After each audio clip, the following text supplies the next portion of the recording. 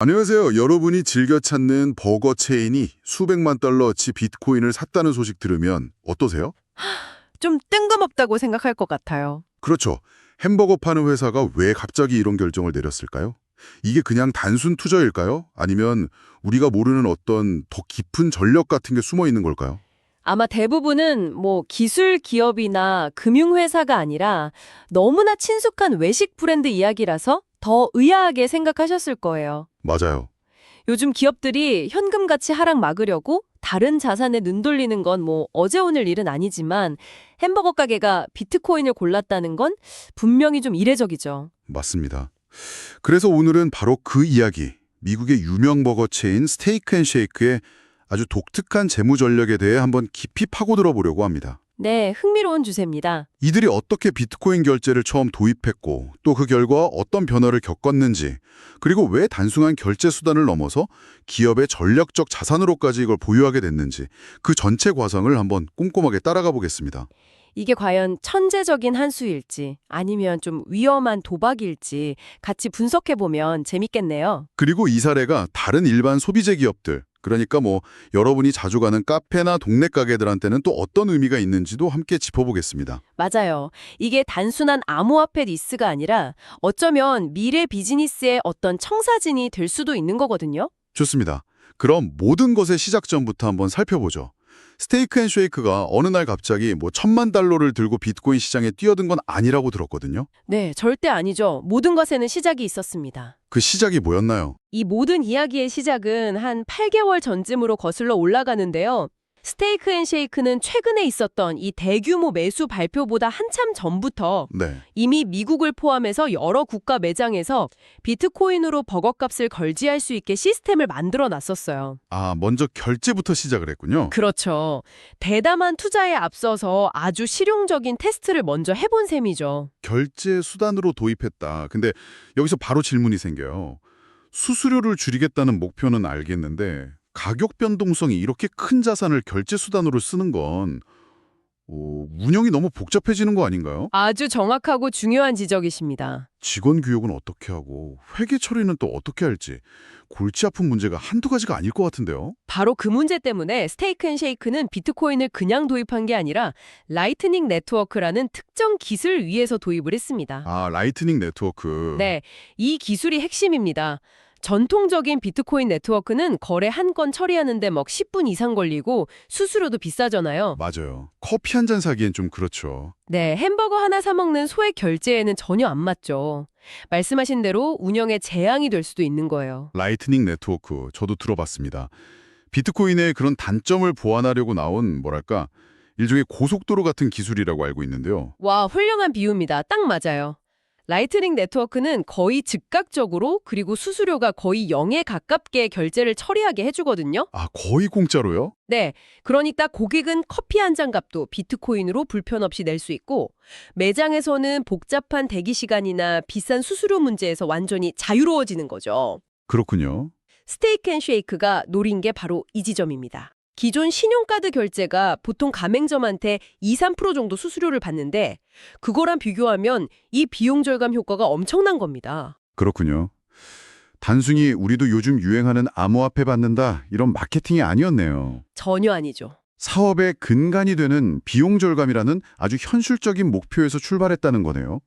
운영 리스크는 특정 기술로 최소화하고요. 맞습니다. 특히 스테이크 앤 쉐이크처럼 전 세계에 수백 개 매장을 두고 매일같이 수많은 소액 결제가 일어나는 비즈니스 모델에서는 그 거래 수수료 1~2% 차이가 연간으로 따지면 어마어마한 금액이 될 수 있거든요.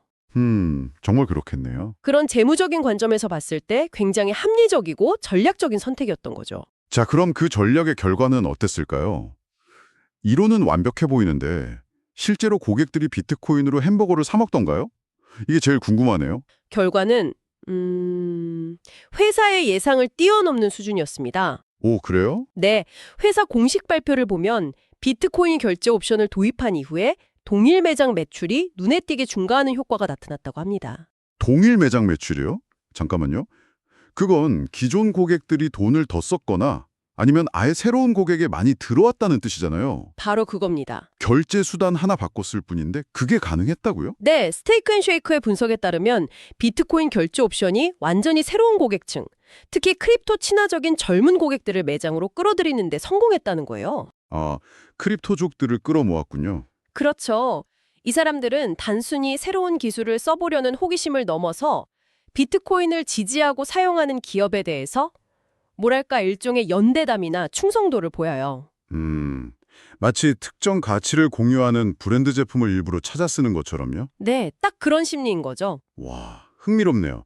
그러니까 이게 결제 시스템의 혁신을 넘어서 특정 고객층을 겨냥한 아주 효과적인 마케팅 전략이 된 셈이군요. 맞습니다. 우리 가게는 당신들의 언어를 이해하고 존중합니다. 뭐 이런 사인을 내건 것과 같네요. 네. 비용은 줄이고 매출은 늘리고 기업 입장에서는 진짜 이상적인 결과인데요. 네, 바로 그 성공적인 경험이 다음 단계, 훨씬 더 대담한 단계로 나아가는 아주 중요한 발판이자 자신감이 된 겁니다. 바로 이 지점부터 이야기가 정말 흥미로워집니다. 보통 기업이라면 암호화폐로 결제를 받더라도 그 변동성 위험 때문에 받은 즉시 달러나 원화 같은 법정화폐로 바꾸는 게 상식이잖아요. 그렇죠. 그게 안전하니까요. 근데 스테이크앤쉐이크는 그 상식을 따르지 않았다는 거죠. 맞습니다. 여기서 이제 패러다임의 전환이 일어나는 거죠. 그들은 고객들한테 받은 비트코인을 현금화하지 않았어요. 그럼 어떻게 했나요? 대신에 비트코인 판매로 생긴 모든 수익을 그대로 대차대조표에 쌓아두기 시작했습니다. 회사 장부예요? 네. 그리고 이것에 전략적 비트코인 보유고, 그러니까 Strategic Bitcoin Reserve라는 이름까지 붙였죠. 전략적 비트코인 보유고라. 단어 선택부터가 의미심장한데요. 이건 더 이상 그냥 매출이 아니라 회사의 핵심 자산으로 취급하겠다는 선언처럼 들리네요. 정확한 해석입니다. 그리고 최근에 있었던 약 1,000만 달러, 우리 돈으로 한 130억 원 규모의 비트코인 추가 매수는 바로 이 전략의 연장선상에 있는 거고요. 아, 그래서 추가로 더 산 거군요. 네. 이 행동이 중요한 이유는 단순히 결제로 들어온 수익을 모으는 소극적인 단계를 넘어서서 회사가 가진 현금 자산을 동원해서 적극적으로 비트코인을 재무 자산으로 편입하고 있다는 걸 보여주는 아주 명확한 신호이기 때문입니다. 그렇다면 이건 마이크로 스트래티지나 테슬라 같은 기업들이 비트코인을 매수한 거랑은 어떻게 다른 건가요? 언뜻 보면 그냥 그들 행보를 따라가는 것처럼 보일 수도 있을 것 같은데요. 아, 좋은 질문입니다.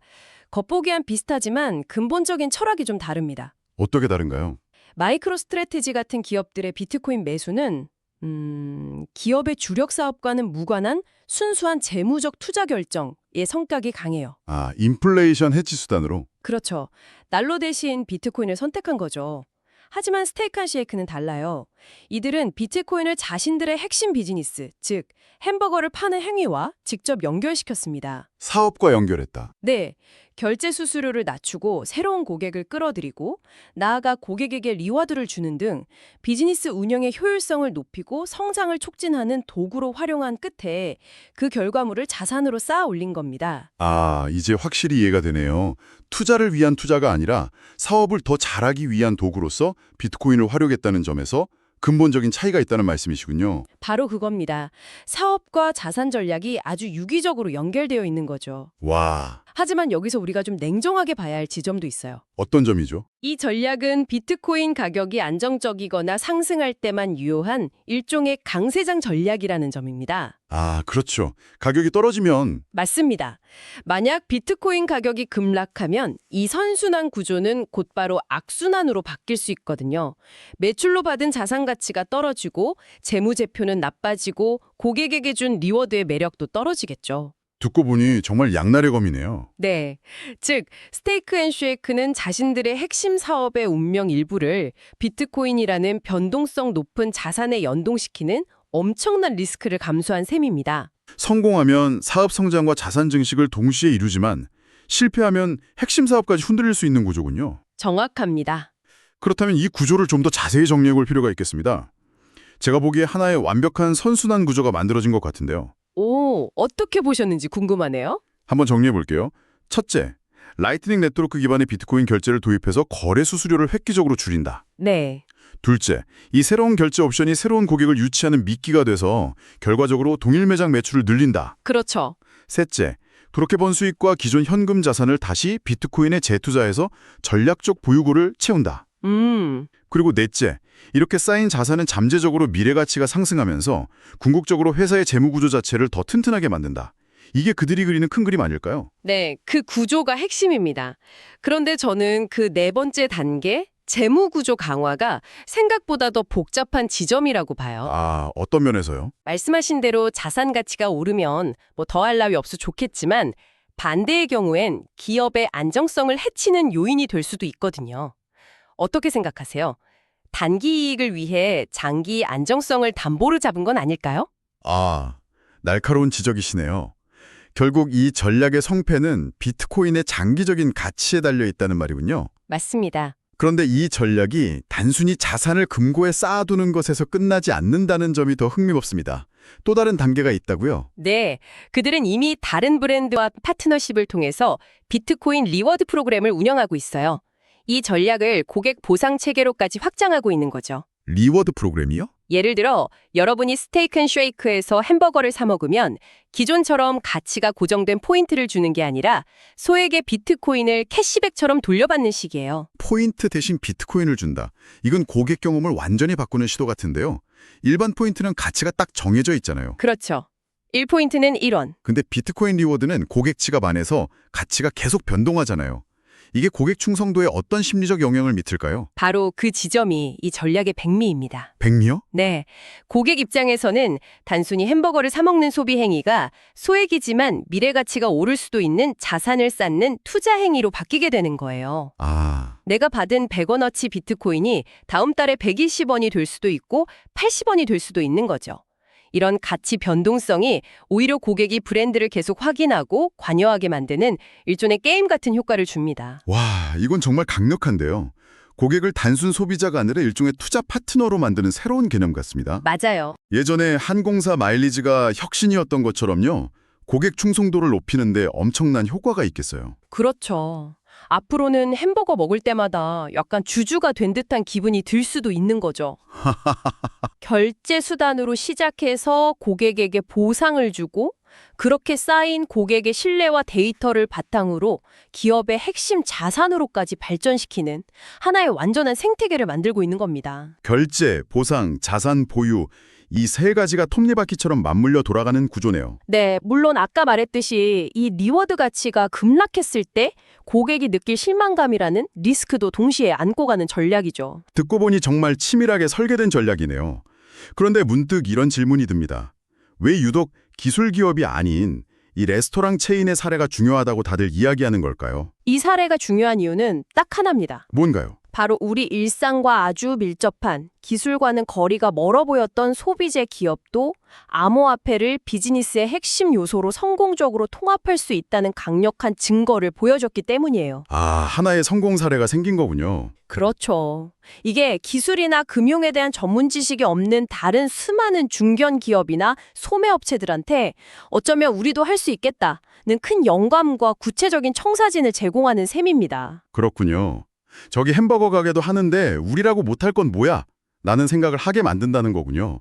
이제 왜 이 소식이 그렇게 큰 주목을 받는지 확실히 이해가 됩니다. 오늘 우리가 살펴본 스테이크 앤 쉐이크의 사례는 비트코인이 더 이상 월스트리트의 투기적 자산을 넘어서서 실제 비즈니스 현장과 결합해 매출 증대와 재무 건전성 강화에 직접적으로 기여할 수 있다는 걸 보여주는 아주 중요한 예시라고 할 수 있습니다. 특히 인상적인 건 그들의 접근 방식이에요.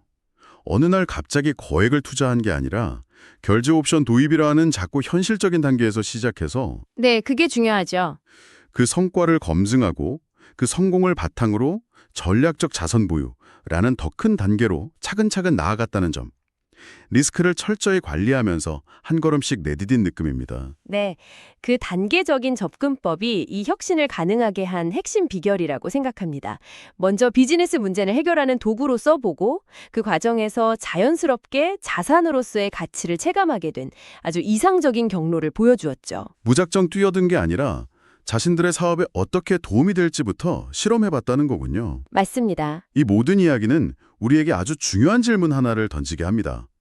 스테이크 앤 쉐이크의 이 성공적인 그러나 위험성도 내포된 실험을 보고 다음에는 과연 어떤 브랜드가 이 길을 따라오게 될까요? 충분히 가능한 시나리오라고 봅니다. 이미 비슷한 고민을 하는 기업들이 많을 거예요. 그래요? 네, 특히 수수료에 민감하고 젊은 고객층과의 소통을 중요하게 생각하는 브랜드라면 더욱 매력적인 전략으로 보일 수밖에 없죠. 패션이나 F&B, 엔터테인먼트 같은 다양한 분야에서 유사한 시도가 나올 수 있습니다. 어쩌면 머지않은 미래에 여러분이 좋아하는 동네 카페나 단골 옷가게의 재무제표에서도 비트코인을 보게 될 날이 올지도 모르겠습니다. 그렇죠. 하지만 이게 일부 혁신적인 기업들의 시도로 끝나는 단순한 유행일지 아니면 비즈니스 전략의 새로운 표준이 될지는 앞으로 계속해서 지켜봐야겠습니다. 중요한 건 이게 비트코인을 단순히 투자의 관점이 아니라 비즈니스 전략의 관점에서 바라봐야 할 시점이 왔다는 겁니다. 그리고 그 전략에는 항상 기회와 리스크가 공존한다는 사실도 잊지 말아야겠죠. 스테이크 앤세이크가 그 문을 활짝 열어주었네요. 시청해주셔서 감사합니다.